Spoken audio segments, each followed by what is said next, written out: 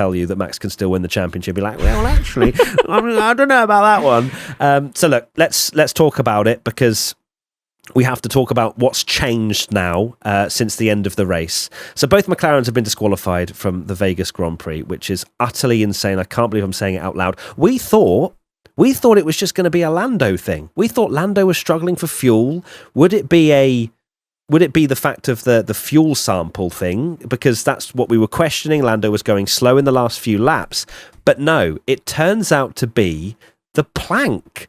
The plank was the problem, not just with Lando's car, but with Oscar's as well. Let me get the full FIA document up, because it's worth just reading out. Oh, they're very similar. In fact, they both had exactly the same measurements. Which is crazy. Which is mental. So the rear skids of car 4, and of course you can say 81 as well, were measured and found to be below the minimum thickness of 9 millimeters specified under Article 3.5.9 of the technical regulations. The relevant measurements were RHS front, 8.88 millimeters, and RHS rear, so basically the front and rear plank, 8.93 millimeters.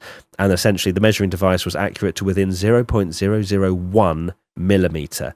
Both measurements were the same by what we've seen in both the documents, and that was the reason for the disqualification. Why it took so long, I don't know, but this reminds me of Charles Leclerc in China, who had exactly the same problem. It was a double DSQ that day for Ferrari, but Lewis had a different problem.